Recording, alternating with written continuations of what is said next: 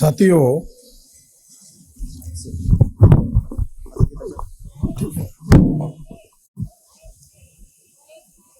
एक विषय यहाँ पर चर्चा के लिए रखा गया है कि हमारे मूल निवासी बहुजनों के विरासत को ब्राह्मणवादी लोग नष्ट कर रहे हैं। तो ब्राह्मणवादी लोग कौन हैं? तो खुला ब्राह्मण जो है वो आरएसएस है, ये सबको दिखाई दे रहा है। मगर दूसरे भी ब्राह्मण हैं जो सुप्रीम कोर्ट में बैठे हुए हैं। अभी हाल ही में सीजेआई चंद्रचूड़ साहब ने एक चौंकाने वाला बयान दिया। चंद्रचूड़ साहब खेड़ एरिया के हैं, पूना डिस्ट्रिक्ट के हैं, और जस्टिस चंद्रचूड़ जो है वो उन 5 जजों में से एक है। अयोध्या का फैसला देने वाले में उन 5 जजों में से एक है। और कुछ दिन पहले नरेंद्र मोदी, प्रधानमंत्री नरेंद्र मोदी को घर पर प्रार्थना करने के लिए इनवाइट किया गया था, तो उसकी सुर्खियां बनी थी। और एक हाईकोर्ट के जजेस को मैंने पूछा कि इससे क्या असर हो सकता है, तो उन्होंने मुझे ये कहा कि मोदी के खिलाफ अलग अलग राज्यों में, बीजेपी के खिलाफ अलग अलग राज्यों में जो केसेस है, वो सारे केसेस पर इसका निगेटिव असर हो सकता है। तो सीजीआई ने एक बयान दिया कि अयोध्या का खटला मेरे सामने चल रहा था, 3 महीने हम लोग उस पर सुनवाई कर रहे थे।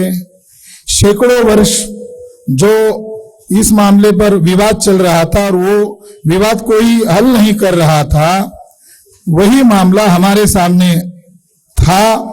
ऐसे समय में इसका रास्ता कैसे ढूंढा जाए, ऐसा सवाल मेरे मन में आया। तो इस मामले का फैसला देने के पहले मैंने राम की पूजा की और राम को ही मैंने इस मामले में मदद मांगी, और राम ने हमें आदेश दिया। वही आदेश सुप्रीम कोर्ट का जजमेंट है।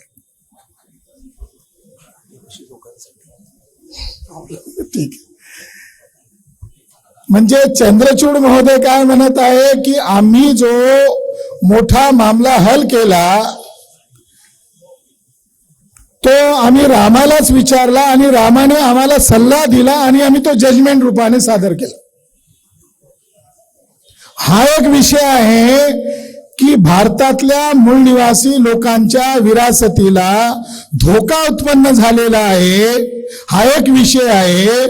तर माझ्या पुढे जो प्रश्न उत्पन्न झालेला आहे की बाहेरचे जे दुश्मन आहे, जे घटनेला मानत नाही, कायद्याला मानत नाही, ते तर दुश्मन आहेच, परंतु सुप्रीम कोर्टामध्ये जे लोक जजेस म्हणून बसलेले आहेत, त्या जजेसचे जे ब्राह्मण जजेस आहेत त्यापैकी चंद्रचूड महोदय म्हणत आहे की आम्ही रामालाच प्रश्न केला आणि रामानेच आम्हाला निकाल द्यायला सांगितलं। चंद्रचूड महोदय, जस्टिस गोगोई ह्या दोघांसोबत आरएसएसच्या मोहन भागवतने काहीतरी समझोता केलेला असावा। तो समझोता काय असू शकतो? तर त्या समझोत्यामध्ये ते स्वजाती असल्यामुळे, ब्राह्मण असल्यामुळे या देशावर अतिक्रमण करण्यासाठी, ब्राह्मणाचं वर्चस्व थोपवण्यासाठी न्यायपालिकेचा ते लोक वापर करीत आहेत। 5 जजेसनी जो फैसला दिला तो फैसला नाहीये, ती या देशाची चिटिंग आहे। कोणत्याही न्यायपालिकेच्या मापदंडाचं पालन न करता दिलेला तो जजमेंट आहे।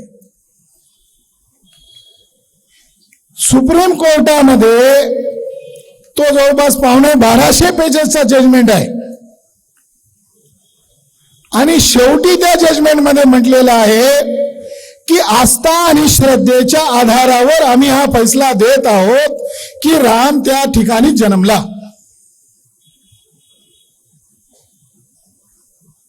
ती जी फायनल सुनवाई चालू होती त्या सुनवाईमध्ये जस्टिस चंद्रचूड यांनी असा युक्तिवाद मांडलेला आहे.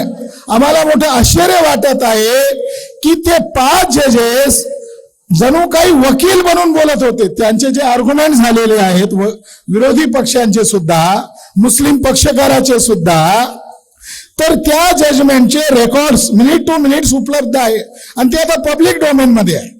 त्यावरती चर्चा होऊ शकते.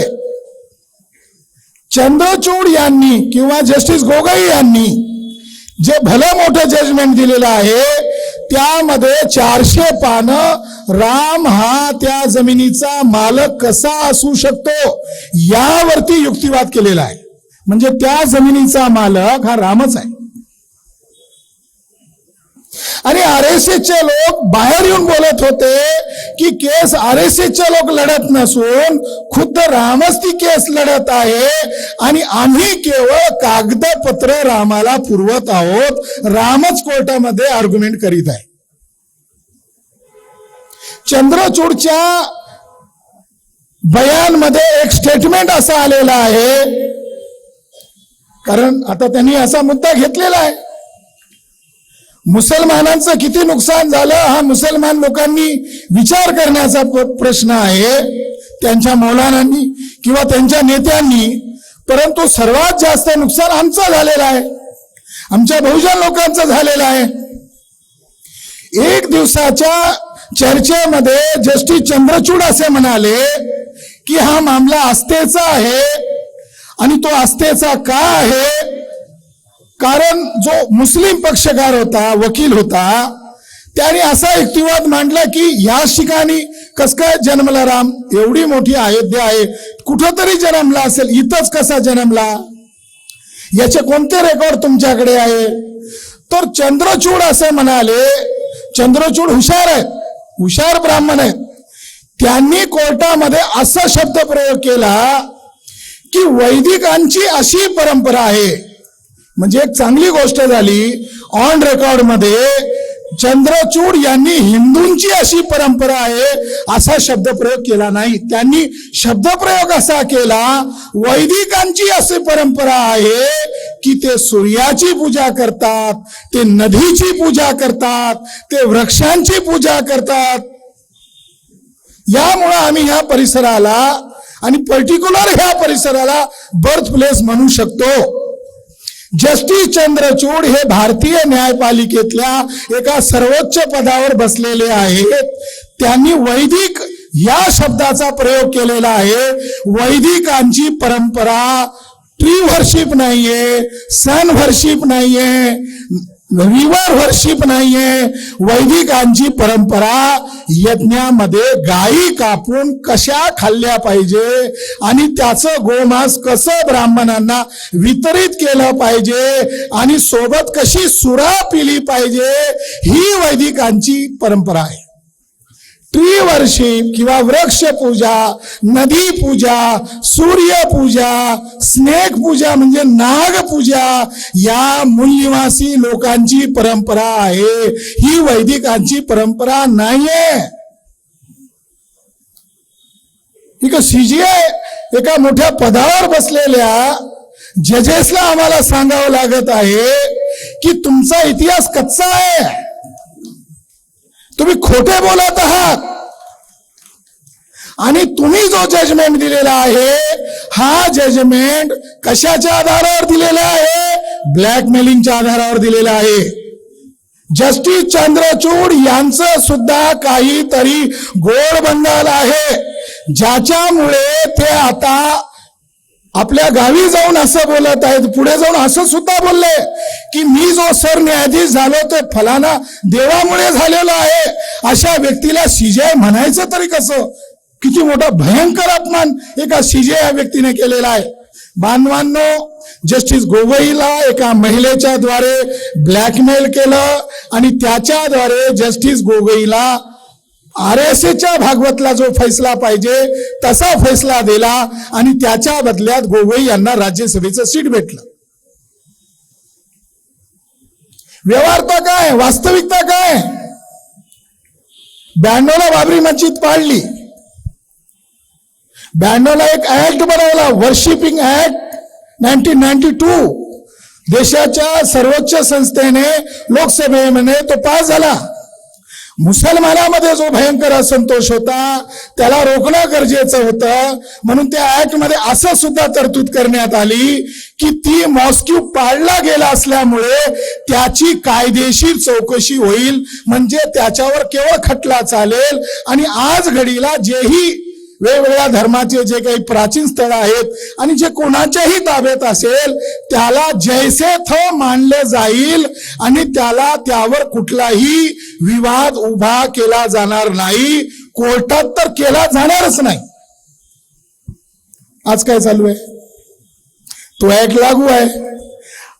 मथुरेचा मुद्दा त्या ऍक्टला बायपास करून उभा केलाय. तो ऍक्ट लागू आहे आणि वाराणसीचा मुद्दा उभा केला जात आहे आणि त्यासाठी ड्रामा सुद्धा केला जातोय. इलाहाबाद हायकोर्ट असेल किंवा सुप्रीम कोर्ट असेल. पण मी हा मुद्दा दाव्याने का बोलत आहे? 2002 ला इलाहाबाद हायकोर्टाने जो ढाचा पाडला गेला होता अयोध्येचा मस्जिदीचा, त्या मस्जिदीच्या स्ट्रक्चरच्या खाली काय आहे हे आर्किओलॉजिस्ट लोकांनी म्हणजे भारतातल्या पुरातत्व विभागाने उत्खनन करावं आणि रिपोर्ट बनवून तो आम्हाला द्यावा आणि त्याच्या आधारे आम्ही फैसला देतो, असं इलाहाबाद हायकोर्टाच्या आदेशावरून सन 2002 ला अयोध्येमध्ये उत्खनन झालं. त्याचं उत्खननाचं काम कोणाला दिलं? दिल्ली विभागाच्या पुरातत्व विभागाला नाही दिलं, नागपूर विभागातल्या पुरातत्व रिजनच्या कर्मचाऱ्यांना दिलं. म्हणजे नागपूरचे लोक RSAच्या नियंत्रणात येऊ शकतात की काय, असा एक प्रश्न उपस्थित राहतो. परंतु तो रिपोर्ट बनवण्यात आला आणि त्या रिपोर्टच्या आधारे सन 2010 ला इलाहाबाद हायकोर्टाने कोणता जजमेंट दिला?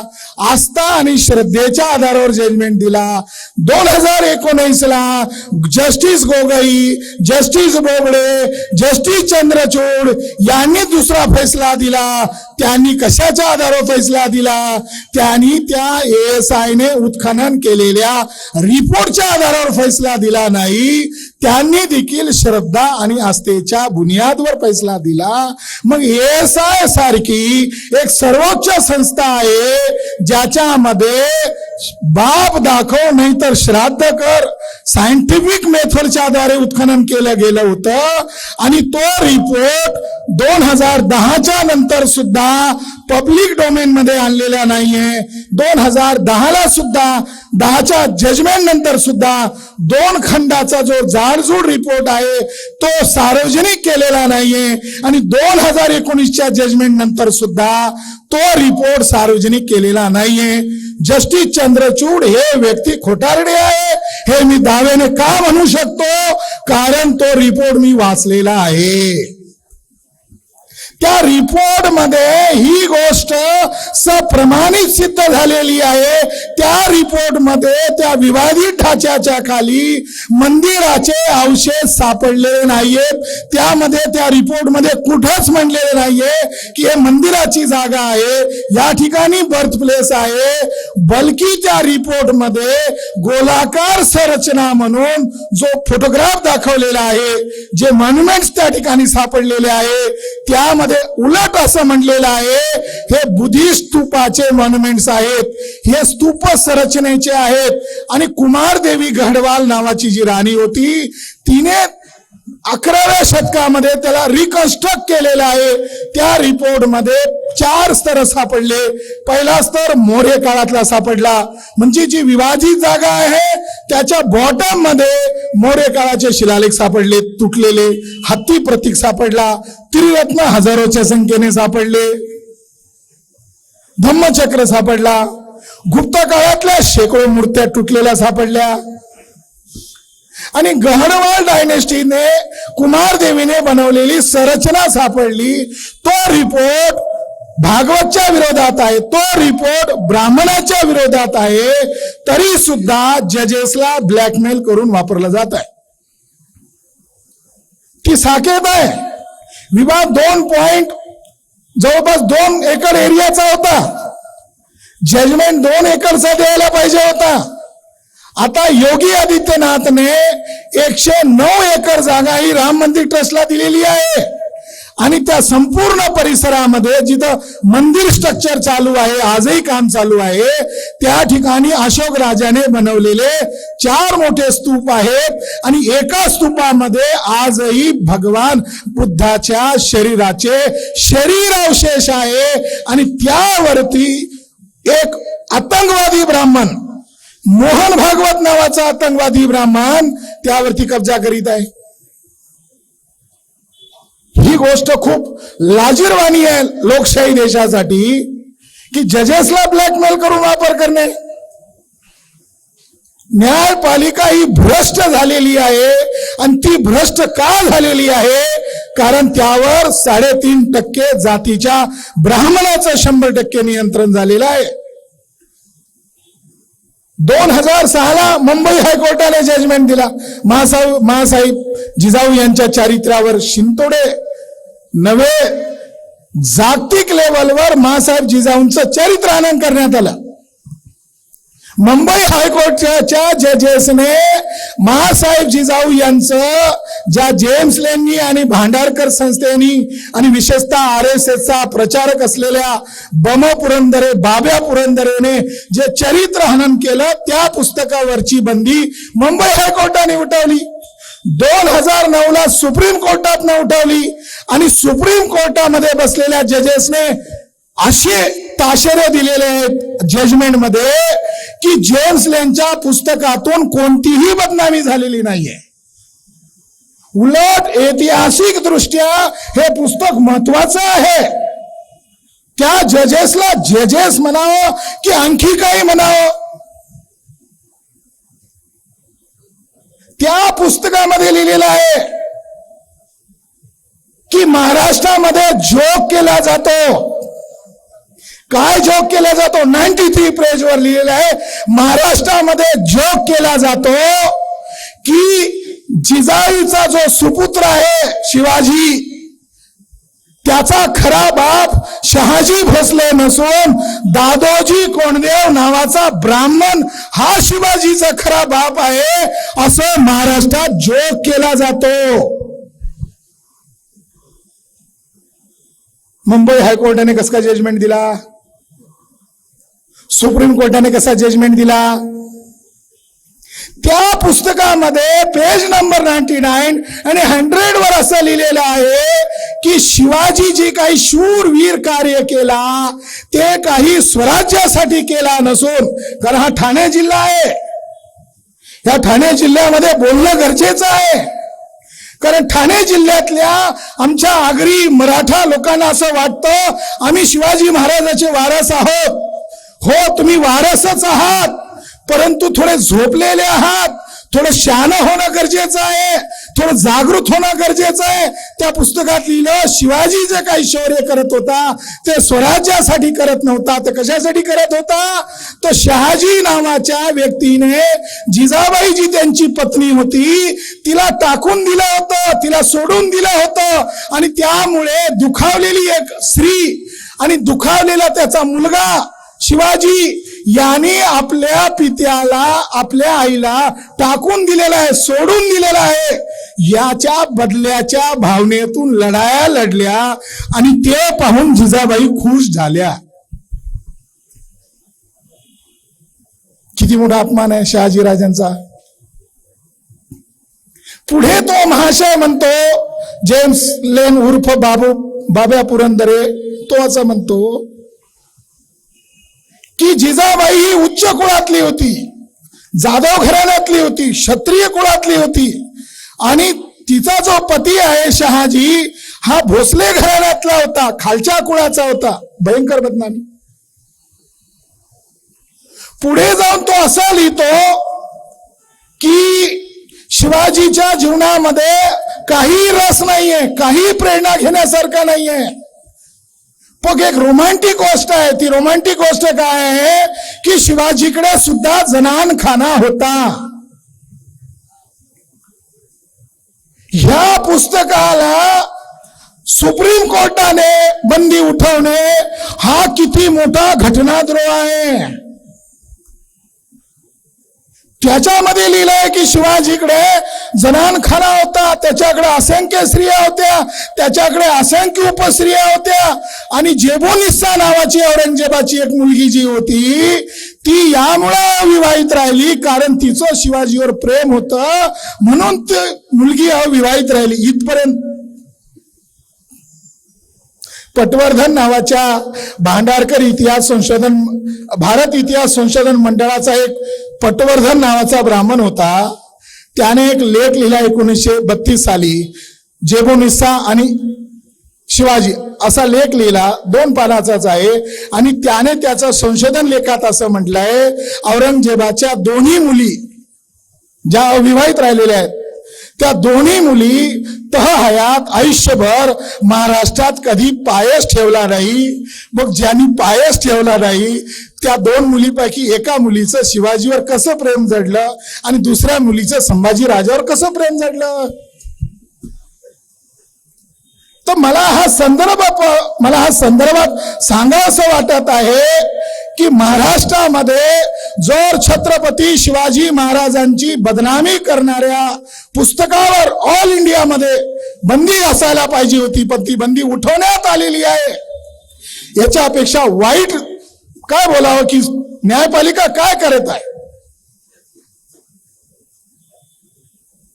म्हणून सीजीआयने जे वक्तव्य दिले आहे त्यामुळे आमचे डोळे उघडलेले आहेत, आम्हाला स्पष्ट दिसू लागलंय. आणि बाबासाहेब आंबेडकर ह्याच बदलापूरमध्ये येऊन म्हटले होते की पुणे ही बदमाश ब्राह्मणांची बस्ती आहे. ते आज मला कळू लागले आणि पुण्याचे चंद्रचूड आहेत. साथियो, दुसरा माझा एक शेवटचा मुद्दा आहे ज्याच्यावर मी संक्षिप्त मध्ये माझी माहिती मांडतो. त्याच्यामध्ये शेवटचा विषय आहे, बाबासाहेब आंबेडकरांनी मृत्यूपूर्व 2 ग्रंथ लिहिले होती. दुर्दैवाने ते दोन्ही ग्रंथ गायब आहेत. एक आहे पांडुरंग पूर्वी कोण होता, ते पुस्तक गायब आहे. ते कोणी गायब केलं, ते सविता कबीर नावाच्या महिलेने गायब केलं. दुसरं एक पुस्तक आहे पीपल ॲट बे, म्हणजे कोंडीत सापडलेले लोक, अडचणीत सापडलेले लोक. ह्या पुस्तकाची अनुक्रमणिका उपलब्ध आहे, 10 पृष्ठाची अधुरी प्रस्तावना उपलब्ध आहे, मात्र मूळ पुस्तक गायब आहे. त्या पुस्तकामध्ये बाबासाहेब आंबेडकरांनी एक मुद्दा उपस्थित केलेला आहे. तो आज जो महाराष्ट्रामध्ये जाती झगडे चालू आहे त्याला ध्यानात घेता तो खूप रिलेव्हन्स आहे. बाबासाहेब आंबेडकरांनी त्या प्रस्तावनेमध्ये 2 प्रश्न उपस्थित केलेले आहेत.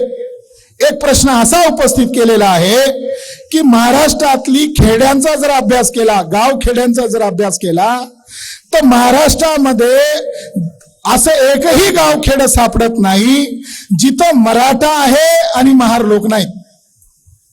आणि महाराष्ट्रातली अशी एकही गावखेड नाहीये जिथं महार लोक राहतात आणि मराठा लोक राहत नाही.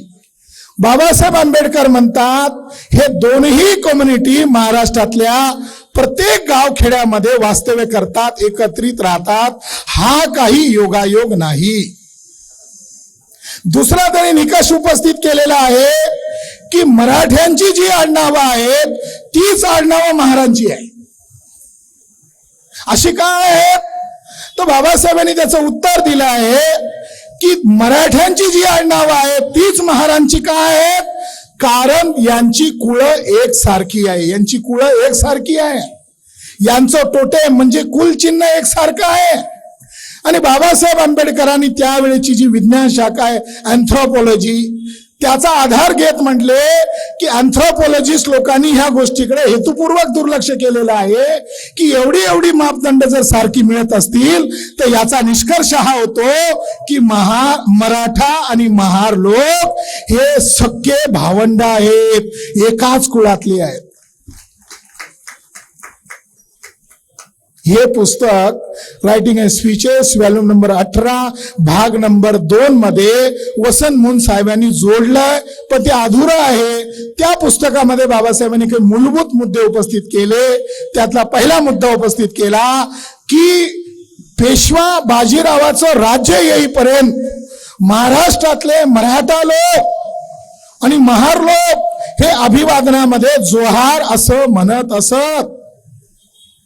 दाव्याने बाबासाहेबांनी दावा केला की मराठी लोक जोहार म्हणत असत आणि खुद्द छत्रपती शिवराय आपल्या रिलेटिव्ह घोरपडे नावाच्या एका सरदाराला पत्र लिहिलं आणि त्या पत्रामध्ये त्यांनी जोहार असं अभिवादन केलेलं आहे. हा लिखित पुरावा आहे.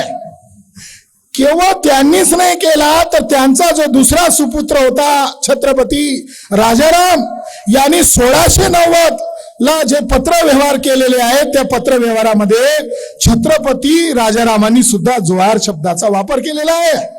बाबासाहेब म्हणतात जोहार हा काही अपमानजनक शब्द नाही आहे, तो गौरव सूचक शब्द आहे. मूळ शब्द योद्धार असा होता, त्याचा कालांतराने अपभ्रंश होऊन तो जोहार असा झाला. साथियो, आता महाराष्ट्र गव्हर्नमेंट एक श्रेय घेत आहे अभिजात मराठी भाषा. असे प्रभुगंडा चालू आहे शिंदे सरकार फडणवीसचा की आता या सरकारने काय केलं, मराठीला अभिजात भाषेचा दर्जा दिलाय. कशाच्या आधारे दिलाय तर एक ग्रंथ आहे, त्या ग्रंथाचं नाव आहे गाथा सप्तशती. इसवी सन 3ऱ्या शतकात हा ग्रंथ लिहिण्यात आलेला आहे. त्यामध्ये बौद्ध धर्म कसा होता, प्रजा कशी होती, राज्य कसं चालत होतं याचे ऐतिहासिक रेकॉर्ड त्या गाथा सप्तशतीमध्ये आहे. त्या गाथा सप्तशतीमध्ये लिहिलेलं आहे की इथल्या बौद्धांचा, इथल्या मूळ निवासी लोकांचा, प्रजाचा, राजाचा अभिवादनाचा शब्द जोहार असा आहे. मात्र बाबासाहेब आंबेडकरांनी आणखी एक मुद्दा उपस्थित केला की मराठा हे नाव खूप अलीकडचं आहे, महार हे नाव सुद्धा अलीकडचं आहे आणि ज्ञानेश्वरी जी 12व्या शतकात लिहिण्यात आलेला ग्रंथ आहे, पोथी आहे, त्या पोथीमध्ये पहिल्यांदा लिखित रूपात महार शब्द सापडला. ज्ञानेश्वरीमध्ये महार शब्द हा पहिल्यांदा सापडला. मग बाबासाहेबांनी प्रश्न उपस्थित केला की ज्ञानेश्वरी लिहिण्याच्या अगोदर म्हणजे 11व्या शतकात, इसवी सन 1000व्या शतकात महारांना काय म्हणत होते, मराठ्यांना काय म्हणत होते. तर बाबासाहेब आंबेडकरांनी 2000 वर्षापूर्वीचा ग्रीक देशातला तत्वज्ञ टॉलेमीच्या ग्रंथाचा आधार देत म्हटले की टॉलेमीच्या रेकॉर्डनुसार महारांना परवारी असं म्हणत असत आणि मराठ्यांना कुटुंबिनी असं म्हणत असत. बाबासाहेब आंबेडकर म्हणतात परवारीचा नेमका काय अर्थ आहे आज मी काही सांगू शकत नाही, कुटुंबिनीचा नेमका काय संदर्भ आहे हे काही मी सांगू शकत नाही, पण मी हे दाव्याने सांगू शकतो की कुटुंबिनी आणि परिवारी लोक हे एकाच परिवारातले सख्खे भावंड होते आणि त्यानंतर ही प्रस्तावना गायब आहे. आता बाबासाहेब आंबेडकरांनी जो कीवर्ड आपल्याला दिला, ज्या संकल्पना आम्हाला दिल्या, त्याचा आम्हाला अनुयायी म्हणून शोध करावा लागेल.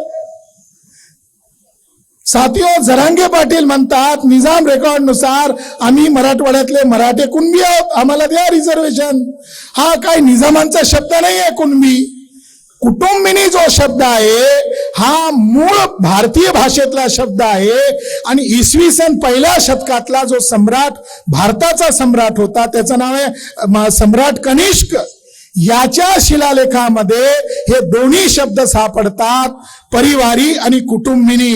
आणि त्यामध्ये जो बल नावाचा त्याचा मार्गदाता त्रिपिटकाचा आचार्य भिक्खू आहे त्याचाही त्याच्यामध्ये उल्लेख सापडतो आणि संदर्भामध्ये आहे की कुटुंबिनी लोकांनी हे विहार बनवलंय, हा स्तंभ उभा केलाय, हा स्तूप उभा केलाय आणि विश्वाच्या कल्याणासाठी धम्मदान दिलं आहे. आणि हे दान कुणाला दिलं आहे? परिवारी लोकांना दिलेलं आहे. म्हणजे राजा कनिष्कच्या शिलालेखानुसार या दोन संकल्पनाचा अर्थ हा होतो की परिवारी बनण्यापूर्वीचे लोक हे मूळतः कुटुंबिनी असायचे आणि जेव्हा ते परिवारी व्हायचे म्हणजे ते भिक्खू व्हायचे, ते लेम्यान व्हायचे, ते श्रामणेर व्हायचे, ते पबज्जा घ्यायचे. परिवारी शब्द हा पबज्जा या पाली भाषेपासून बनलेला शब्द आहे. प्रवर्जित होणे, पबज्जा घेणे, त्यावरून परिवारी असा शब्द बनला. ग्रहत्याग करणारा भिक्षू संघ, प्रचारक असा त्याचा अर्थ आहे. आणि कुटुंबिनीचा अर्थ राजा पण आहे, प्रजा पण आहे, कृषक वर्ग पण आहे. अशा अर्थाने बाबासाहेब आंबेडकरांनी जो सूचक पद्धतीने अर्थ सांगितला होता त्यानुसार कुटुंबिनी आणि परिवारी आर्कोलॉजिकली एकच आहे. गुजरात मध्ये एक मैत्रक अभिलेख सापडलेला आहे. आता मग महाराष्ट्राच्या बाहेर जाऊ, त्यामध्ये सिंहमिता नावाच्या एका महिलेचं वर्णन आहे. त्याच्यामध्ये ती भिक्खुनी श्रामनेरी बनण्यापूर्वी तिला कुटुंबिनी म्हटलेलं आहे. आणि ज्यावेळेस ती श्रामनेरी झाली त्यावेळेस तिला परिवारी असं म्हटलेलं आहे. यावरून ही गोष्ट सप्रमाण सिद्ध होते की परिवारी आणि कुटुंबिनी लोक हे एन्शियंट इंडियामध्ये एकाच घरातले लोक होते. आता याचा शेवटचा मुद्दा डीएनएच्या आधारे. फ्रान्स देशाने जुलै महिन्यामध्ये एक इंटरनॅशनल जर्नल मध्ये महाराष्ट्रातल्या तमाम बायकांचा मायट्रोकॉन्ड्रियल डीएनए टेस्ट केला. त्यात चित्पावन ब्राह्मण बायकांचा सुद्धा आहे, नवबौद्ध बायकांचा पण आहे, मराठ्यांचा पण आहे आणि आदिवासी लोकांचा पण आहे. मायट्रोकॉन्ड्रियल डीएनए हा न बदलणारा डीएनए, महिलांचा डीएनए. त्या मायट्रोकॉन्ड्रियल डीएनए मध्ये मराठा महिलांचं जे हॅप्लो ग्रुप्स आहेत आणि नवबौद्ध अर्थात महार बायकांचे जे हॅप्लो ग्रुप आहे त्यामध्ये कमालीची समानता सापडली. 2003च्या डीएनए रिपोर्ट नुसार नवबौद्ध महिला आणि मराठा महिला हे एकाच कुळाच्या आहेत असं त्या डीएनए रिपोर्टचं म्हणणं आहे. 2020ला अंकीय डीएनए रिपोर्ट भारतातल्या आणि परदेशातल्या सायंटिस्ट लोकांनी पुरुष लोकांचा डीएनए टेस्ट केला आणि त्या डीएनए रिपोर्ट मध्ये चित्पावन ब्राह्मणांचा म्हणजे मोहन भागवतचा, देवेंद्र फडणवीसचा, नितीन गडकरींचा डीएनए वेस्ट युरेशियामध्ये सापडला. म्हणजे ते भारतीय सापडले नाहीत. आणि मराठा लोकांचा डीएनए आणि नवबौद्धांचा डीएनए मध्ये कमालीची समानता सापडली. तुमच्या ठाणे जिल्ह्यामध्ये गिरीश जोशी नावाचा एक चांगला सभ्य व्यक्ती आहे. त्याने सुद्धा 2020ला एक DNA report myth, fact and controversies of Chitpavan Brahmins DNA असा एक चांगला शोध निबंध लिहिला.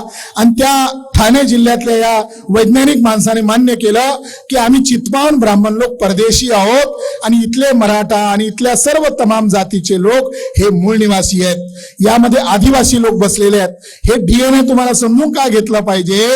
2019ला राखीगडी डीएनए रिपोर्ट हरियाणामध्ये सापडला आणि ब्राह्मण विदेशी असं सिद्ध झाल्यावर मोहन भागवतने एक मराठा वसंत शिंदेला पुढं केलं आणि त्याला ब्राह्मणाचा दलाल बनवलं. आणि BHUचा एक ज्ञानेश्वर चौबेला असं बोलायला लावलं की आदिवासीतल्या काही आदिवासी जमाती या विदेशी आहेत. म्हणजे आपलं विदेशी पण लपवण्यासाठी या RSSच्या लोकांनी आदिवासींना विदेशी म्हणायला लावलं. आम्ही त्याचा ऑल इंडियामध्ये युक्तिवाद केला, राष्ट्रीय आदिवासी एकता परिषदेने युक्तिवाद केला. कोणीही ब्राह्मण आमच्या चुनौतीला पुढे आलेला नाहीये. आता डीएनए प्रमाणित झालेला आहे. आदिवासी मूळ निवासी आहेत, मराठा मूळ निवासी आहेत. आणि बाबासाहेब आंबेडकरांनी जो सिद्धांत प्रतिपादन केला होता तो त्यांच्या काळातल्या अँथ्रोपॉलॉजीच्या अभ्यासावर केला होता. पण आता आर्कोलॉजिकली आणि डीएनए सायंटिफिकली मराठा आणि नवबौद्ध हे एकाच परिवारातले लोक आहेत. ही गोष्ट आता सप्रमाण सिद्ध झालेली आहे. मी हा संदर्भ बाबासाहेबांच्या 1927च्या त्रिशतकोत्तर शिवजयंतीच्या निमित्ताला आठवण करून ही गोष्ट सांगितली. धन्यवाद.